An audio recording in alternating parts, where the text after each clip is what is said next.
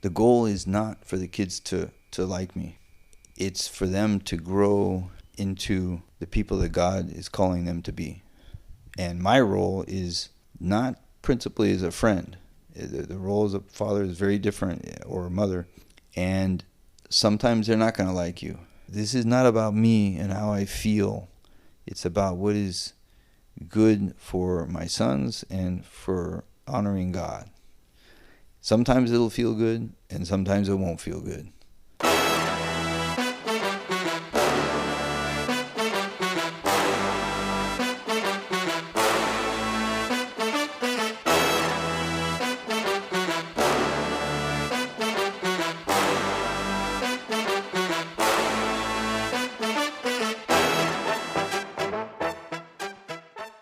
Welcome to the Dad Bod, a podcast that tells the story of what it means to be a dad today, one dad at a time.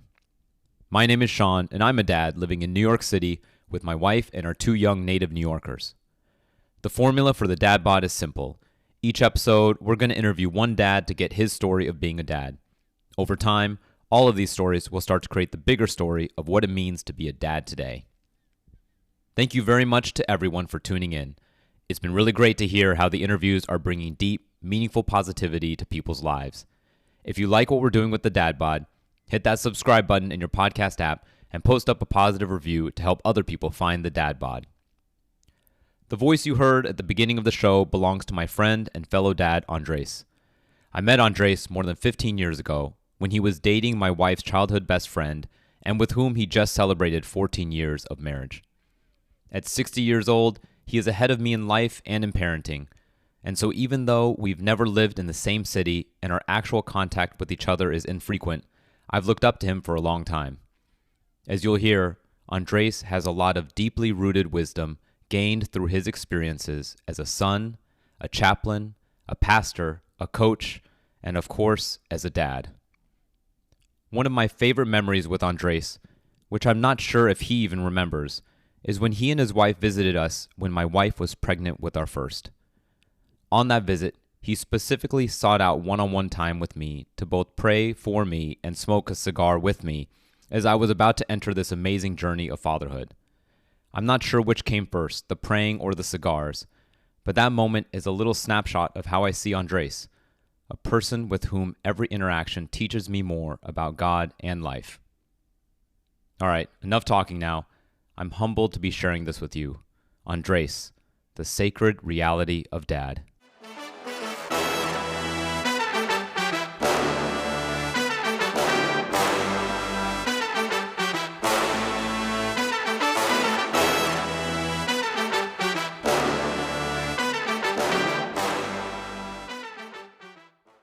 Introduce yourself.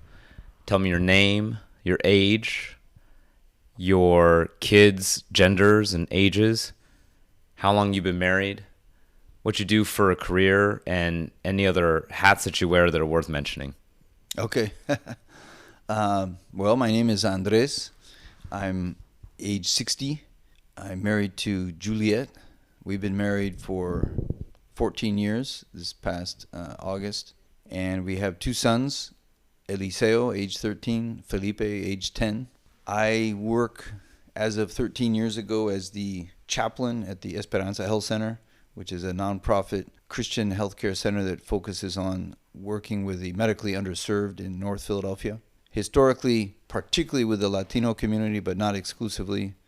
And I also am a ordained pastor in the Christian Reformed Church of North America. So I had worked as an assistant pastor for many years at our church in North Philadelphia, and then at that time went on the board of directors of the Esperanza Health Center, which was a lot smaller back then, on that for 7 years. In the meantime, we planted a church using a house church model, and then in that interim, when I stepped down from the board, after about a year, I was asked by the executive director if I would restart a chaplaincy at the clinic, which is very rare for a outpatient clinic. I've basically been there probably 10 years longer than I thought I would. And I do some other things on a board of directors of a Christian gap year program in North Central Pennsylvania. I do some coaching of my kids' sports teams. Those are some of the main things that I'm involved in right now. where did you grow up and what was it like growing up there? Well, I was born in South America, in Colombia, South America, but we came to the U.S. when I was very young. So I grew up almost all of my upbringing in the same town in California, my whole upbringing in Palo Alto, California, which is where Stanford University is. And the reason why we came was that my father had been offered a position as a professor of medicine at Stanford Medical School. He was a pathologist. At that time, he was doing a lot of research in infectious diseases, particularly malaria. So I grew up around a lot of people of that kind of intellectual university environment. At that time, Palo Alto was more mixed socioeconomically, but around upper middle class, some working class families in the different schools that we went to. So it was, I would say, extremely peaceful for the most part, very kind of consistent and stable, and filled with a lot of involvement with other kids on our blocks, and also with very stable marriage by the grace of God, my parents, and not without its problems, but very stable and very good and loving providers. So I had two older sisters. Still have two older sisters who are 3 and 5 years older than me. And your parents, are they both still around? Just my mother. My father died in 2013 from cancer, and my mother's 92, but she's still alive. She's got some significant health problems, and but she's still around, and she lives with my sister there in Palo Alto still. How old were you when you moved from Colombia? Around 1. Okay. Yeah. I should also mention that my mother was American. Okay. So it's kind of a long story, but my father had come to the East Coast to do training in medicine on a fellowship at Yale and in New York City, and met my mother, who's actually of Pennsylvania Dutch background, at a hospital in Connecticut. So in that sense, there was always a non-immigrant American adult in the house. You talked about how your dad related to you, and I was curious to know more about that. Like, did you see him relating to you and the rest of your family in a way that was different than American families?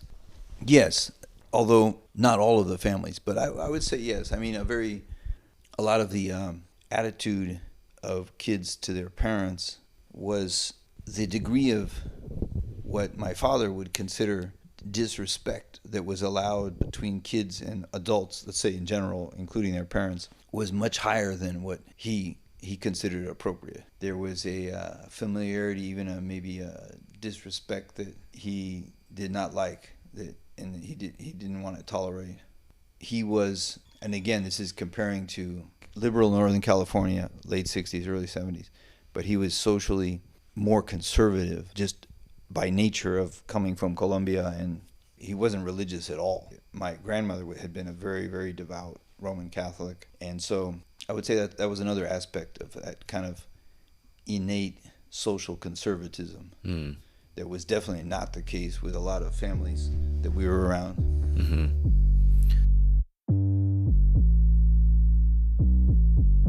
What was your dad like, especially with respect to you as a son?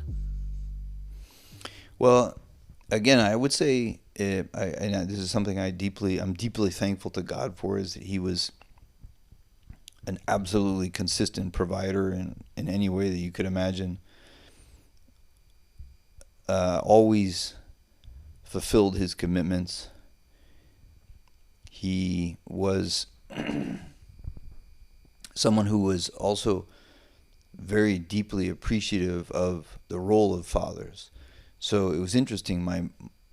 My grandmother in Colombia, the one who I said was very devout Roman Catholic, she came from a very upper middle class, even upper class, socially prominent family. People who were all professionals, engineers.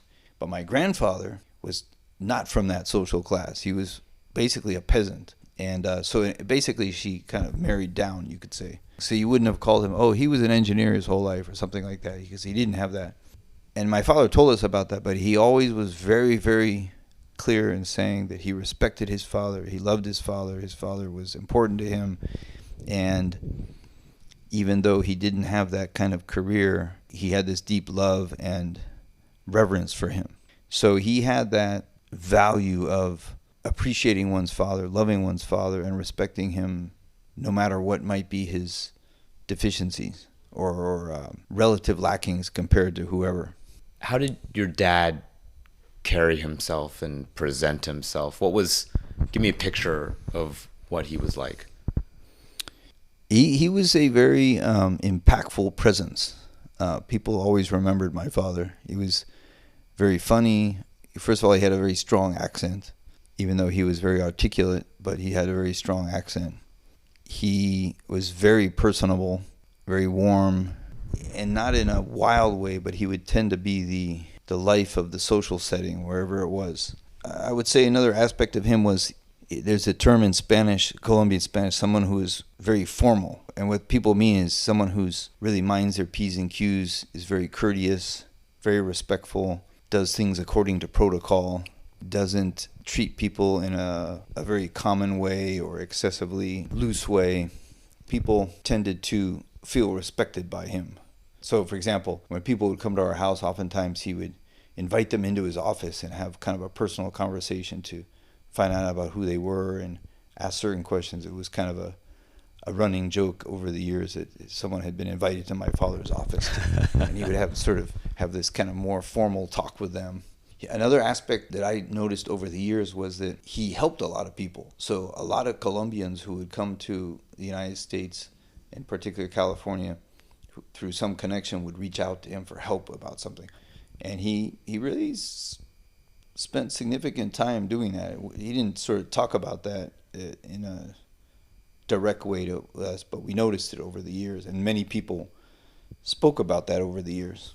So, at the same time, and this is common to a lot of, I would say, Latino men, is that my father definitely had somewhat of a problem with anger. So there was a certain authoritarian nature to him. Yeah, a parallel part of it was my father was very passionate about various subjects of science, nature, and if he took up a hobby, he was very passionate, involved, and consistent about it.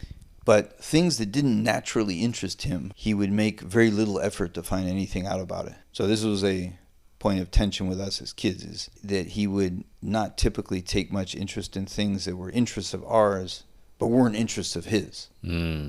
So did you ever get invited into his office? Yeah, a number of times, yeah.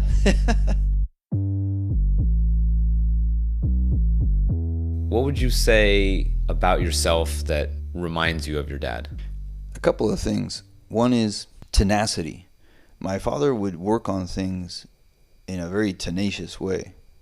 And this has a downside also, but the good side is that you do something until it's done, or it's done and it's done well, it's done thoroughly. Now, again, I have a lot of imperfection in that area also. My problem is more not applying it to all areas of my life, I would say. But another area is curiosity. And, many people, whether medical students of his or interns or people who had done their medical residencies with him, always remarked that he was a fantastic teacher, which is true. Part of it was he was incredibly curious about the world. And I would say also, in that example I gave of him inviting people in the office, of being able to focus on a particular person and what's going on with them, focusing on them, giving them a sense of importance. I think that was something that some good qualities that I received from him. And I think he was very old world where you treat the older people respectfully. That was a big deal.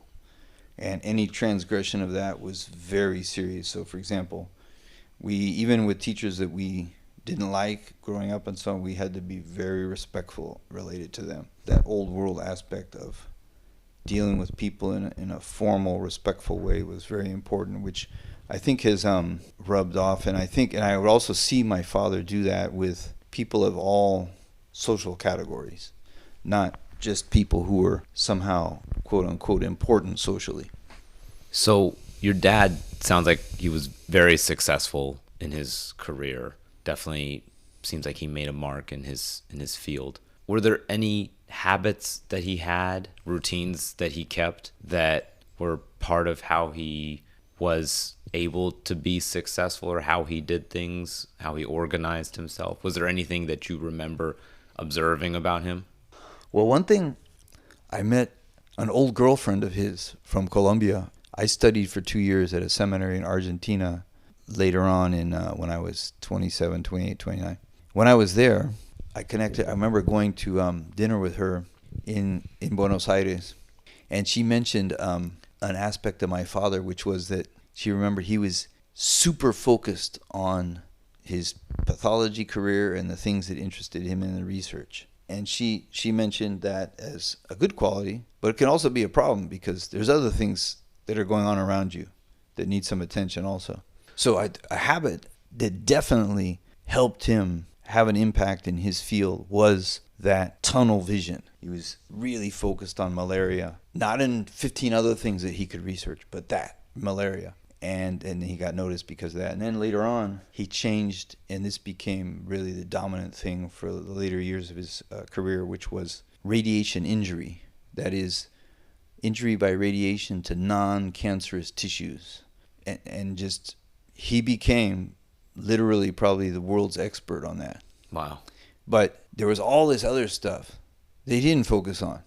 So there's a sacrifice there, because it is generally an effective habit to not try to be a jack of all trades, but try to focus on one or two things and keep at those things, become good at those things, become better at those things, become excellent at those things. But part of it is because you're not doing X, Y, and Z, other things.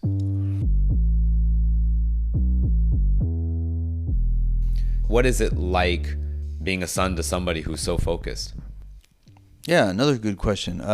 Well, I think one of the basic frustrations that developed over time was that for something that was interesting to one of us children, or even my mother for that matter, but was not naturally interested to him, is he would take very little time to find out anything about it. And maybe even more importantly, and I think this is a matter of the will to some extent, he would not make the effort to remember those things. So I'll give you an example. This happened. I remember he and I got into this fight. This was maybe when I was in my late 20s, and I was living with my parents for a while, and we were watching a 49ers football game, and I forget what it was, but he was asking some questions about what the score was, or what some rules were. And these were things that I had already told him a couple of times, and I kind of got upset. I said, I already explained that to you. And then he got really upset at me and said, well, I can't remember everything. Now, that's a sort of a more frivolous example, you could say, but because football wasn't interesting to him.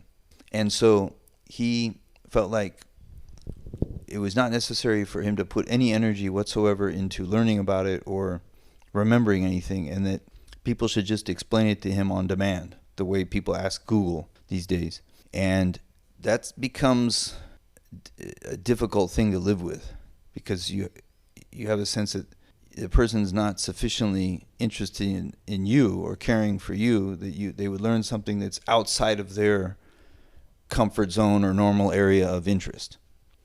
And I think over time, and this is way after we were adults and stuff, my father began to realize some of that, how that had affected people, particularly us as children and my mother around him.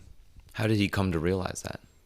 Because we told him so many times, and we're able to say how it affected us. And I realized that I had a lot of anger towards my father, and it wasn't tied to, okay, this thing happens today and I get angry about that.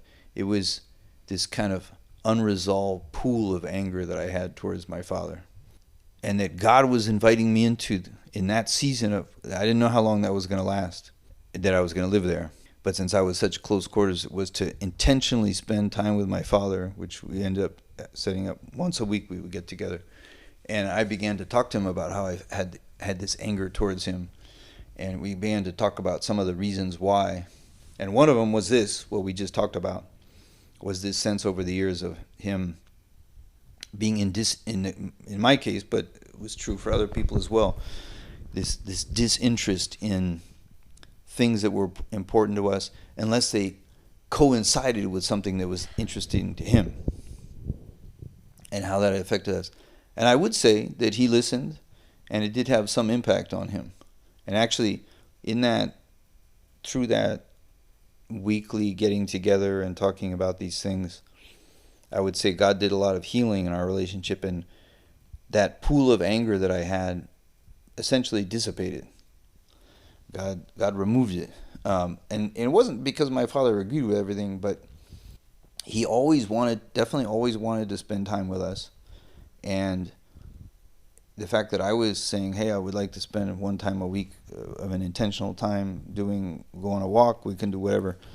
And initially, a lot of those times were pretty intense, and he felt like he didn't agree with some of the stuff we were saying and so on. But nevertheless, he listened. So I think that even if it was to talk about difficult things, my father was always willing to get together and have contact.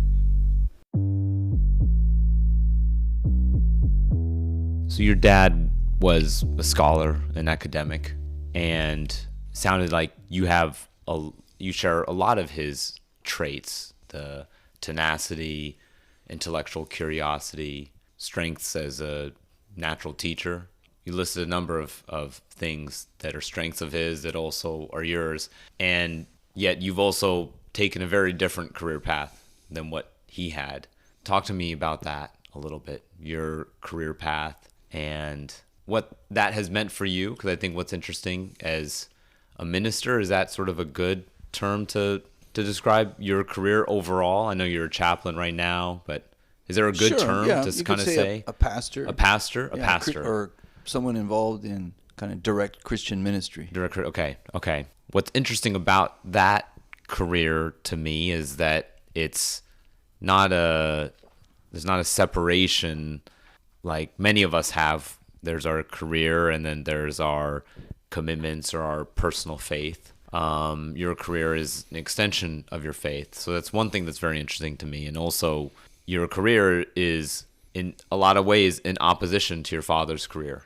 Him being a man of science, and you in your career as very much a person of faith and a career of faith. So a lot to unpack there. Start wherever makes sense to you. A critical element in everything you just said is the issue of faith, specifically faith in Christ. So going back to the case of my parents, so my father was from a very conservative Roman Catholic background in Colombia, and my grandmother was extremely devout Roman Catholic, whereas my grandfather, he was kind of more like my father.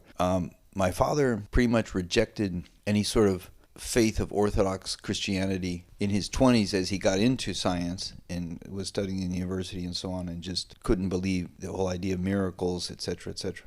But he did not become an atheist. Most accurately, he could be described as a deist. The idea that God sort of set up the world and then lets it run sort of like a clock. God is the clockmaker, if you will. So he did pray over the years in his own way and so on. But faith in historic Christianity was not part of his life at all until 3 weeks before he died at the age of 86, when he, I would say, really truly came to faith in Christ. But that's way ahead of this in the story. So growing up, my mother would not really talk about faith at all, but she did take us to the local Lutheran church, mainline Lutheran church, and we kind of went through things there. But my sisters first, really came to have a saved relationship through Christ in middle school, high school, through Young Life, parachurch ministry, and then I got involved in that. And to kind of make a long story short, I would say I really came to Christ in the summer between my junior and senior years in high school. But even before that, I had kind of a Judeo-Christian worldview from being involved in the Lutheran church. But certainly after that, that became the driving thing for me in my life. I was also felt very committed to somehow working with the poor. even from before I would say I became a Christian. Part of that was from our trips back to Colombia and just seeing the incredible poverty in Bogota and the southern parts of Bogota.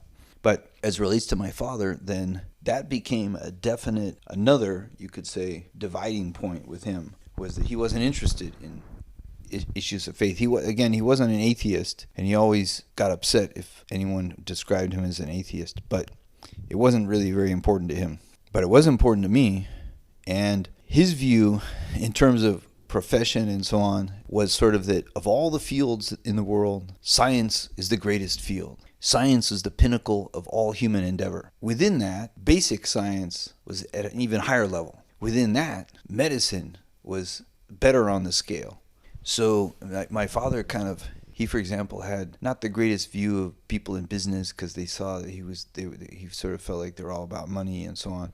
So that was kind of lower on the scale. Then lawyers, he had a very low view of lawyers. They were further down the scale. And then what I eventually went into isn't even on the scale at all. It's not even there. The whole idea of Christian ministry of some kind. It's sort of, what is that? What do you mean, become a priest? Or what are you talking about? So I actually think, because of my own struggles of getting focus on what I was going to do professionally or in terms of career, that if he had not been so dogmatic about science, I actually might have gone into science. And this is where I have definitely not been like my father, which is that I have not had a laser focus my entire professional and adult life. It's actually been quite a struggle as to what am I going to do? What am I going to focus on? So I've, worked at various things, but, generally kind of, you could say, community and economic development. But then basically when I came back from those 2 years of studying in Argentina at a seminary, which I wasn't going there with the idea of becoming a pastor. I wanted to learn about Latin American theology and so on. I came back and I went through a time of a lot of depression, and I experienced deep healing in a charismatic church, the Vineyard Church in the Bay Area, through prayer and a men's group and so on. It was really at that point that I realized I really want to work in explicitly Christian ministry of some kind. Now, even then, I was not really thinking I would become a pastor, but some people told me later on that they began to see some pastoral gifting starting at that time, or even before. How old were you at this point? I was 29 or so. So I had not yet worked up to that point in explicitly Christian ministry. I'd worked in more community development and teaching. But basically, non-Christian endeavors at that point became to feel insufficient for me. There was really a deeper burning in my heart that it would be something that would really openly declare the message of salvation through Christ. Partly because of the really deep healing I feel like Christ had done in me at that time. So then one thing led to another, and it was really getting involved in our church here in North Philadelphia, Spirit and Truth Fellowship, where people, the elders of the church began saying, we see the gifting, the pastoral gifts in you, and we feel you should start going through the process of ordination in our denomination. So I said, well, I'm not totally sure about this, but the elders of my church are telling me about this. They know me pretty well, and there's nothing that says I shouldn't, so let me pursue. So anyway, I went through that. I became ordained in 2002 as a pastor. Okay, so 2002, and you were how old at that point? At that point, I was 38? 36. 38, you're right. Yes. Good. You know my age better than I do. And what were you doing professionally at that point? Why did you move to Philadelphia? I came here to do the MBA program at Eastern University, Christian University, that had an MBA program focused on economic development among the poor as part of Christian mission. Okay. Because starting from way back, I felt like I wanted to be involved in economic development among the poor, because I really saw economic opportunity as one of the main engines for transforming the poor by their own hands into the non-poor. Anyway, so that's what brought me to Philly. And then 3 months after I moved to Philly, I started going to that church. Got it. So you became a minister at the age of a pastor, 38. ordained pastor. So you're an ordained pastor then, which was not something that it was an unexpected development. Yes. You mentioned your dad and his scale of his hierarchy of careers, and that a career ministry wasn't even on the scales. So what was his reaction to you as you're going through your 20s, not on the path to being a scientist? Maybe could have been a business person at some point, perhaps, but what was his reaction along the way as you were developing your career increasingly toward faith? Well, yeah, that's a very generous way to describe my process of developing my careers. I think from his perspective, and there is some truth to this, I was sort of aimless. And that's always been an existential frustration for me before God is, why could I have not been sure about what am I going to do with myself vocationally? So I think from my father's perspective, there was this sense of this kind of aimlessness about me once I graduated college. But when I came back from those 2 years of studying in Argentina, seemed to be even more aimless. Now, once I came to Philly and did this program, and then that's when you're going to be an elder. An elder is basically a pastor. And for a long time, my father's relatives would ask me, what is Andres doing? He goes, oh, he's a sociologist. Because that's sort of a category that they can hang their hats on. Oh, yeah, okay, you can, people become sociologists. So then, he began, he's a pastor. And by that time, we'd gone through that deep healing process in our relationship, and we just had a great friendship. Now, there were still things that were difficult in different ways, but at that point, I think, and my father actually said, he sort of had come to a sense of what were the things I wanted to do, Christian ministry, and that's good. You know what you want to do, and you're somehow pursuing it. That kind of all made sense. And then I would, then it would be easy. My son's a pastor. Mm-hmm. So, but by that time also, my father was mellowing, and I think he was appreciating more and more just having a good, positive, regular, appreciative relationship going both ways. Mm-hmm. And also, he was appreciative, even though it's not up his alley, that this is something that is worthwhile pursuing. And he would listen to my stories about different things, and also he heard stories from other people about ministry I was involved in one way or another, and that seemed to have an impact on him. So he respected it. Yeah, I could say for sure, even long before he died, he respected it. So your work as a chaplain, you mentioned that you've been doing it for 13 years, which is 10 more years than you thought you would be doing it. And I think a lot of us don't really know what a chaplain does. Can you maybe start there? What do you do as a chaplain? Well, one thing what I would say is, as part of that, is a chaplain at a primary healthcare facility is a very unusual thing. But generally, a chaplain in large terms is a type of pastor, you could say, that is someone who is charged with sharing the Word of God and helping to care for the spiritual lives of people and also their practical needs to some extent. So there are chaplains in a whole variety of settings, but the person in that function as chaplain is not leading a church. They're not pastoring a church. They're serving in this pastoral-like role in other settings. So we know of military chaplains, sports chaplains, prison chaplains, of course hospital chaplains, hospice chaplains. Even some businesses, very large businesses, have chaplains. But the general role is to help care for the staff spiritually, help care for the patients spiritually, and do spiritual outreach to patients, and then work on what one could call special spiritual projects of various sorts. So different employees reach out for help with different things. For example, tomorrow I will be meeting with someone after our devotional time who's met with me a lot, who I've known actually for years, who has a lot of trouble in their department, a lot of conflict and so on. And so they meet with me periodically to just have me pray for them, give them wisdom on how to deal with different issues that come up. So they tend to seek me out.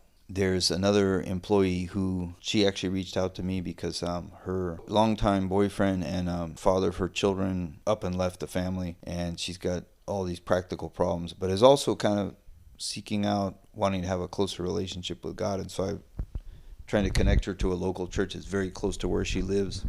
So I'll talk with her again.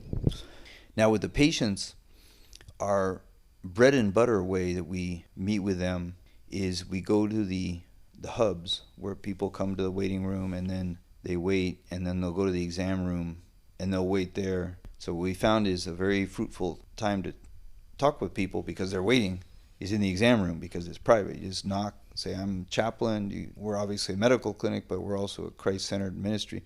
Would you be interested in talking a little bit about your spiritual life and see what happens from there?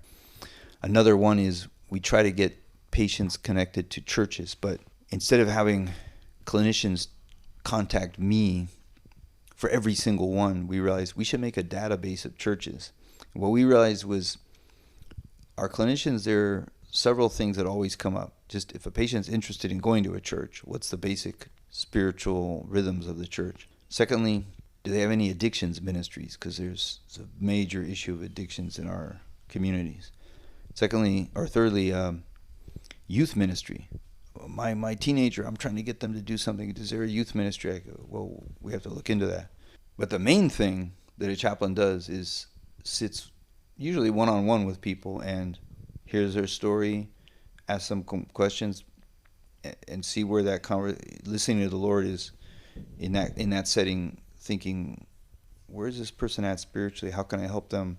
If they don't know Christ, how could I introduce them to Christ? If they do know Christ, what Lord do you seem to be doing in their lives? What kind of questions could I ask them? Praying for people, trying to connect them to resources or to somebody else. But a lot of just one-on-one time with people, and probably 75% of that is listening to people. And there are a lot of things that people, virtually nobody comes to the clinic planning on talking to a chaplain. But over time, people do seek a chaplain out for one reason or another. In this role as a chaplain, or you sound very kind of fulfilled and in a place where you are able to apply your gifts and apply your energy in a way that has a real impact. So it feels like a place that maybe even though you've been there 10 years longer than you thought, you might be thinking that you'll be there for a lot longer. Is that true? Well, one thing I could say, first of all, yeah, I've been at this longer than any other job I've worked in my life.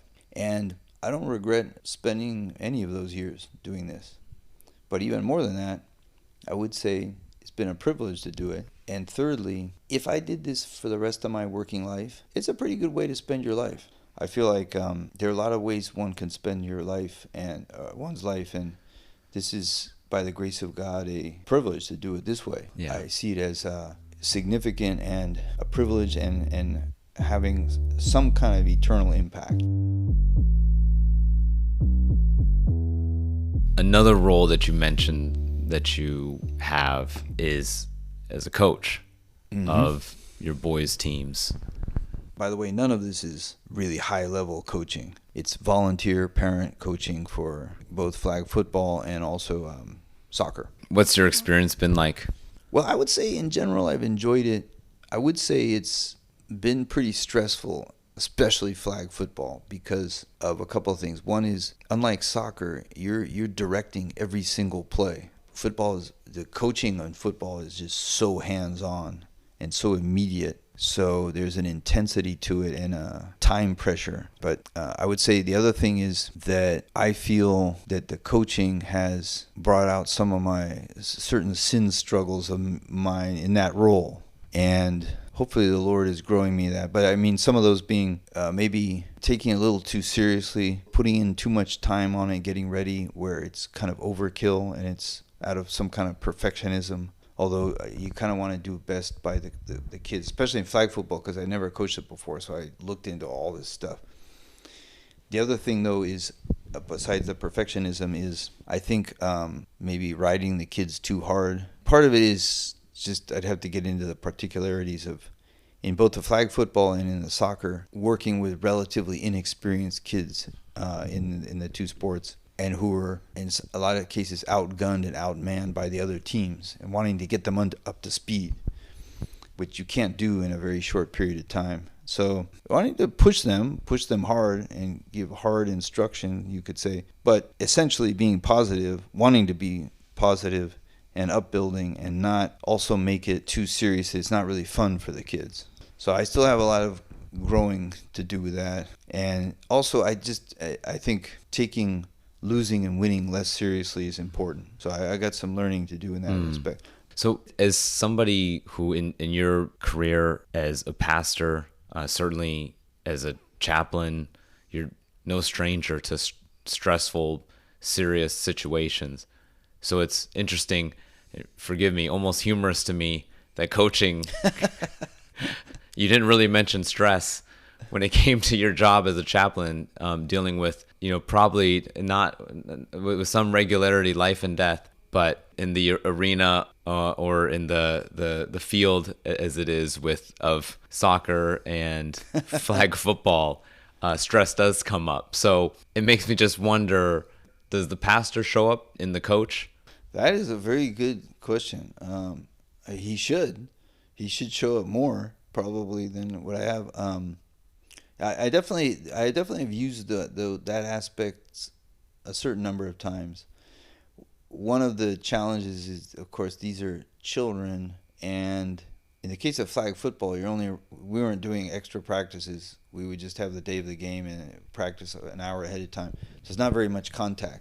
With soccer, a little bit more, but there's not really that much time. That's the challenge. A lot of the pastoring work in general, let's say in the chaplaincy, it takes a lot of time with people because, again, as I mentioned, 75% of it is just listening to people, which is very important. But that takes time. You can't listen to a person in 3 minutes. It's got to be a lot longer than that. But still, there's transferability, I think. Two exceptions, though, amongst all your players for whom you do have more time would be your sons. Yes. So just transitioning then a little bit to you as a father. My wife and I have always looked to you and Juliet as kind of models to follow. There's a lot of things that we see you guys do that we try to emulate because we see your boys and they're incredible boys. So we really try to understand what you guys do. And so I'll just ask you, what are some of the values or habits or type of character that you specifically, or you and Juliet together, but I'm interested in particular for, what is maybe particularly important for you as a dad to be imparting on your boys? Well, that's a big topic. It is a big one. I feel as a Christian, there's no question that the greatest thing that we are stewards of is the message of Christ and the love of Christ to in our case, the two boys. As a parallel comment on that, I think, for example, I'm really glad that they're involved in sports. I do want to be careful, and I'm a little worried that sports are too important to them. Or at least, well, I'll give you an example. This happened in the flag football. Everyone wants to win, of course. But, of course, as believers, we realize that that's really not the point of things. We're reminded of what it says in Ecclesiastes, and this applies to sports above all things practically, is vanity of vanities, all is vanity. Or as this one high school kid in Friday Night Lights, in the novel, not the novel, the book that was written, he said, "There is nothing as short-lived as the glory of a high school athlete." But you do want to push kids towards reaching their potential, and there's all kinds of values that can be taught through sports. But I had this incident in this game where the games are really chaotic. So there's all this shouting and all this stuff is going on. And there's one ref. So they have a rule where a kid hikes the ball to the quarterback. That quarterback cannot run the ball. So what happened in this game was the center handed it off to somebody and handed it off to the quarterback. All this happened very quickly. Then that quarterback ran and scored a touchdown. So then my assistant coach was just screaming, he didn't hand it off. He can't run. And the ref also didn't see that. He didn't see that they had handed it off. But I saw it. And so I was telling my assistant coach, hey, get back on the field, because he was on the field yelling. I said, he did hand it off. So they were actually going to start the next play. I went over to the ref. I saw he did hand it off. Mm-hmm. I can tell you that for sure. They said, okay, coach. So then they allowed the touchdown. Now, a couple of players on my team were not happy about that, including my own son, because, you don't want to do something that hurts your team, so to speak.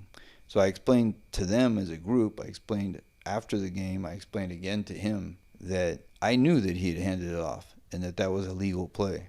I had to go and tell them. I don't care ultimately if they get 7 points out of it. Yeah, it hurts a little bit. There's a sacrifice, if you really want to put that term on it. So I think those kinds of opportunities come up, and then in that case, it specifically involved my son also. I told him, before the Lord, I know that was what was truthful, and that is what is most important to me. But essentially trying to do what I think is the Christian call, which is to look at all of life from God's perspective, as it talks about in 2 Corinthians 4, that what is invisible is the true reality, not what is visible. Now, there is a certain reality to the visible, but its significance is determined by what is invisible. But we live in a very material world where what is palpable is what has currency. So I think there's a continual need to sort of have this, almost like the Talmud in its massive commentary on the law, of having a running spiritual commentary on what goes on in life. Now, this is apart from regular rhythm that I feel like I really am hoping we can have even more sacred rhythms in our life as a family. So, right now, for example, when I put the kids to sleep, what we do typically is we read a section of scripture, and then I pray partly based on that, but then a bunch of prayers that I'm praying most nights with them. Then they both pray the Lord's Prayer, and then some other things that they pray about. But I feel like we need more sacred rhythms. So one thing I want to introduce, having a morning devotional, even if it's real brief, even starting maybe 3 days a week. When we look at kind of the revelation of Scripture, even in creation, God sets up the Sabbath. So he puts himself on this.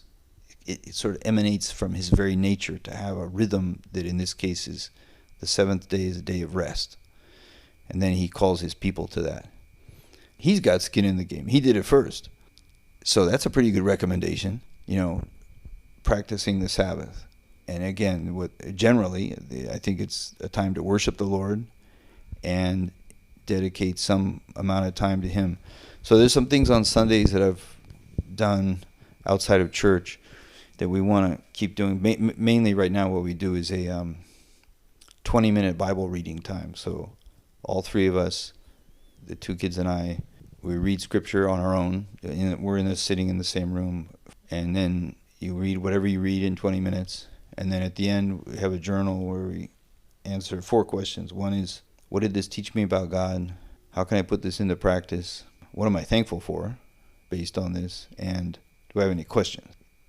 They were reading through some of the wars with some of the other nations in Chronicles.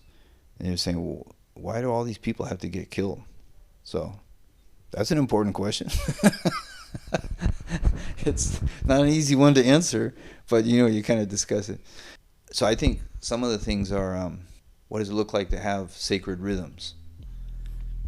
Which, of course, that means I, as a father, need to practice that as well. The greatest thing I wish I had had from my father is that he had been a spiritual mentor, or a spiritual father, or a spiritual guide. And he wasn't in relationship with Christ, so he wasn't. Now, he was in certain ways. So like I said, he wasn't an atheist. And he did have a certain set of ethics, and some of his reflections on life were deistic in nature, not atheistic. But man, I look back and then I see what other fathers do with their children in the spiritual life, and I think, yeah, I definitely didn't have that. But God was merciful, and he revealed himself to me and my sisters. My mother also, that's kind of another story, but she did take us to church, which I think was very significant. The first thing I did out of college was I taught at a high school in inner city Boston. And even then, I felt this, there's this drive that you want the kids to like you. But I realized, and that was good for me to have that experience, that's not the point of why we're here.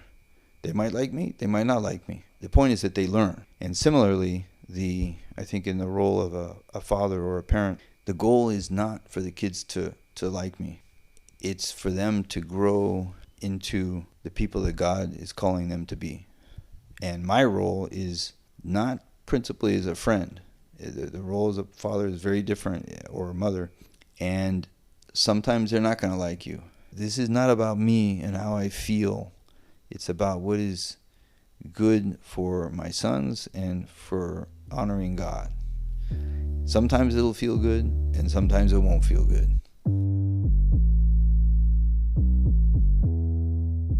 It sounds to me that imparting on your sons an active living faith in God is a very central point, that everything else that you do, sort of specific advice, it all comes from that, emanates from that. And maybe this question, some of the questions end up not going anywhere really. And this may be one of those, or may lead to something very interesting. But I guess my question is, why?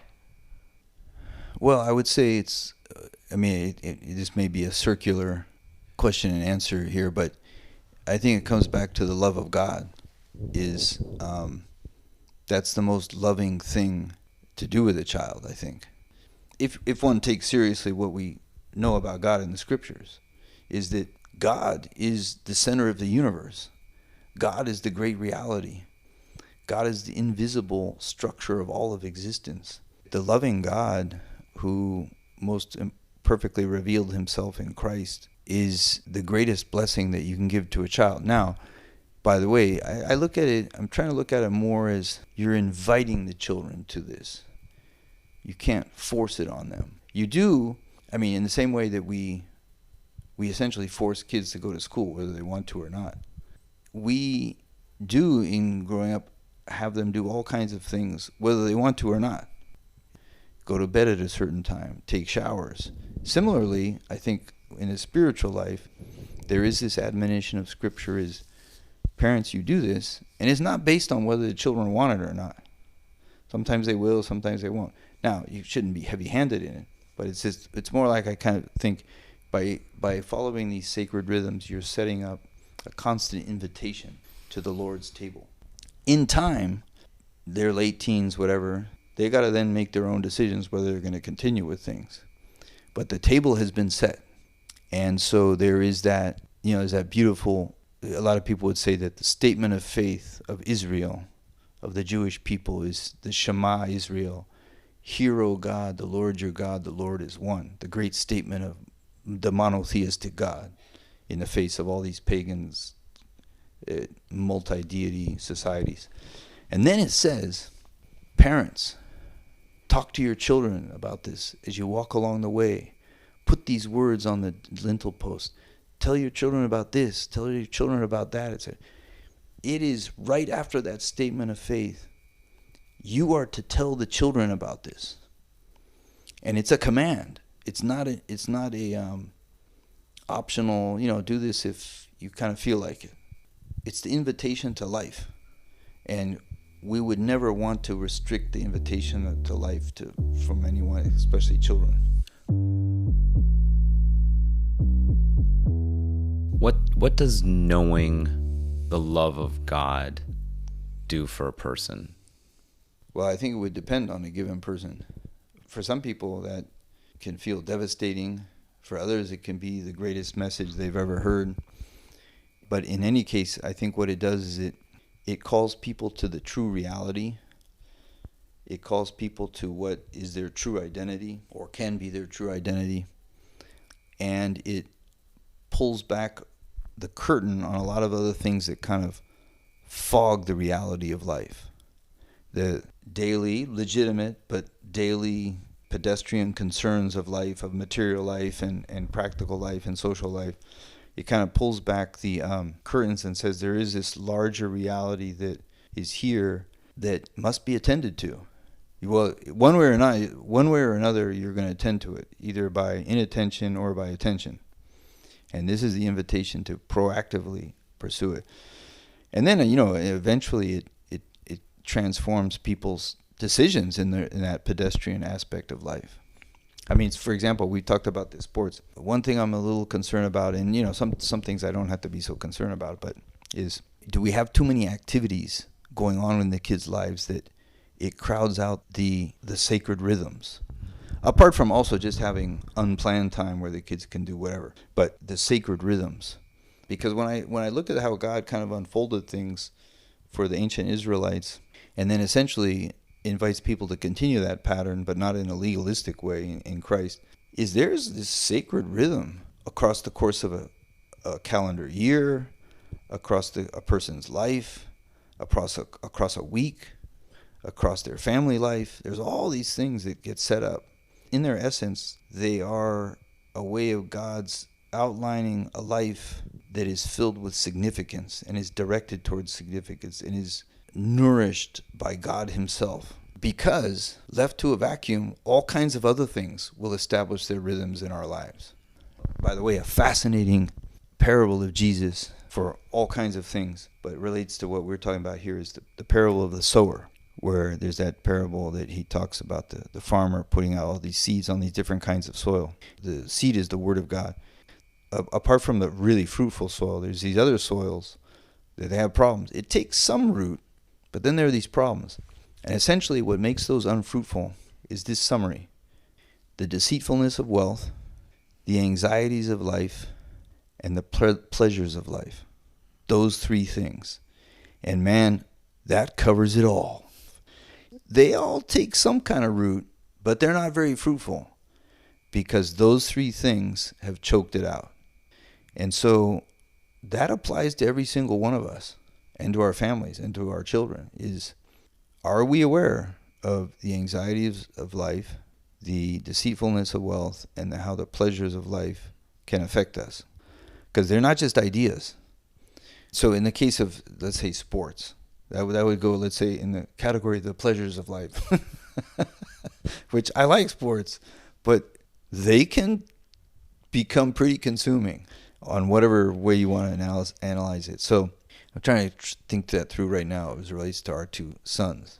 Obviously, as you've seen, they have a lot of interest in sports. Right. So one of the things I'm thinking of, we've done this sometimes. They've actually gone to visit people with me who are sick and so on, but I want to see how we're going to build in some kind of regular service, ideally in an explicitly Christian way, but as a way we spend time. And again, doing it whether on a given day you feel like doing it or you don't, because it's a great calling. It's a part of who we are meant to be.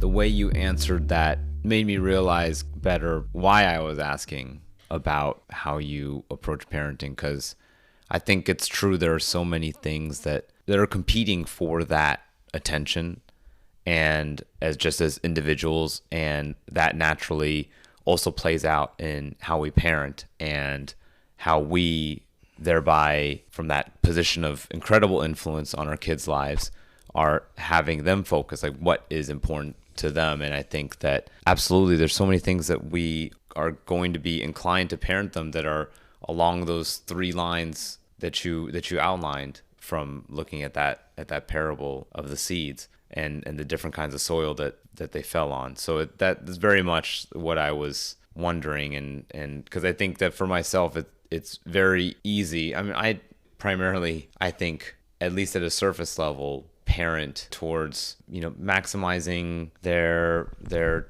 talents and being of good character. I mean, obviously from a Christian perspective, the matter of character is intimately connected to God. Now, it doesn't mean that people, even atheists, don't have good character qualities. Mark Twain made this joke that when he was growing up, they would always tell him in Sunday school that you should be honest and you should be courageous and you should be generous and so on, because if you don't, you'll sow to the wind and reap the whirlwind and disaster will happen. And he said, but then I saw all the kids around me who were dishonest and lied and cheated. They all became state senators and congressmen and so on. And they seem to do fine. Because the thing there is that it's not tied to the result. It's tied to why you're doing it. And so, you see in the book of Proverbs, the famous statement that the fear of God is the beginning of wisdom. Is in the extreme situation, you can't do it because you expect some result or it makes you feel good. because it may not be a good result, and you may not feel good. You do it because there is a living God that you're living for, who is the greater reality. He's awesome. And then that fear there is not this fear of, oh, I'm worried, I'm going to go around the corner, someone's going to stab me. That's not the kind of fear it's talking about. It's this awesome respect for this greater reality. Now, I don't know exactly how any given person kind of can get overwhelmed in a good way by that. How does a person get to that point, or how does a child get to that point? But it probably helps more to talk about him a lot than not. Again, not in a legalistic or heavy-handed way, but to imbue reality with the sacredness that there is. And that character for the Christian is kind of based in that larger reality, not in a list of do's and don'ts. Now, sometimes just for the matter of practicality, you got to remember the do's and don'ts. But if it's rooted in the greater sacred reality, then it's really living. So, for example, I remember when I was growing up, one thing with my father was, this is something I had to work out with him also, which was he kind of raised me with this view of not do your best, he believed in that, but also be better than everybody else at what you do as kind of a value. Now, that is not a Christian value. The first one is do your best. It's a sense of stewardship. The other one is kind of this sense of being greater than others and a sense of superiority or whatever, however one might play it out. And I absorbed that a lot. So I remember kind of my goal.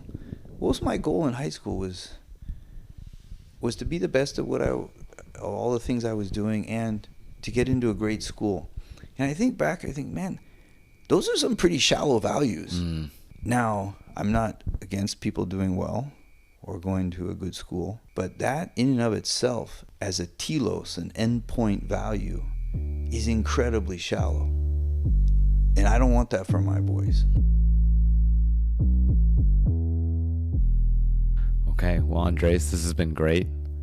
I hope you had a good time doing this. Yes, this was very enjoyable. You have a great endeavor here of focusing on fatherhood and obviously all kinds of connected matters. Definitely. Your story for sure is going to be a great contribution to it, so thank you. You're welcome. Okay, dad number 10 of the Dad Bod is in the books. Big thanks to Andres for sharing his story. I hope you enjoyed this episode and that it brought a little something positive to your day.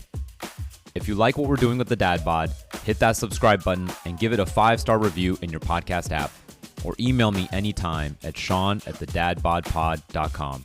Thanks again for listening.